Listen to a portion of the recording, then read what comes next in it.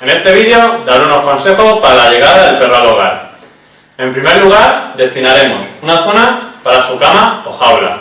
Compraremos un collar y una correa para salir a pasear.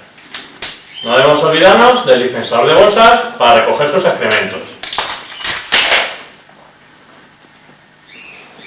Un juguete para que se entretenga solo y otro para que juegue con nosotros.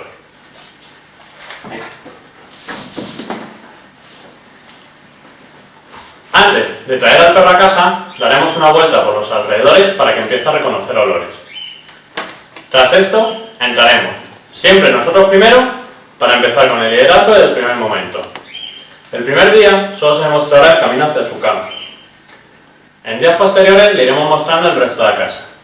Así, evitaremos que piense que puede investigarla entera. Al igual que cuando un niño empieza a andar, le enseñamos a no tocar ciertos objetos. Con el perro haremos igual. ¿Cómo lo haremos?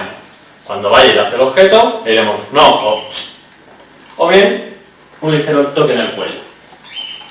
Nunca diremos su nombre para que no la asocie con algo negativo. También, si no queremos que entre en alguna habitación, le bloquearemos el paso y le diremos no. Durante los primeros meses debemos exponer al perro al mayor posible de situaciones y ruidos, para que se acostumbre a ellos. Si en alguno de ellos viéramos que siente el miedo, actuaremos con normalidad.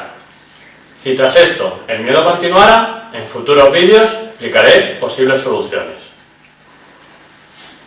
Si tenemos niños, debemos enseñar a tocar al perro en calma y a jugar con él en calma también. Nunca dejaremos que nos muerda las manos, para así evitar futuros periodos de agresividad. Por ejemplo, un caso de calma sería este. Estos vídeos son válidos tanto para perros adultos como para cachorros. Y sin más, me despido hasta el próximo vídeo.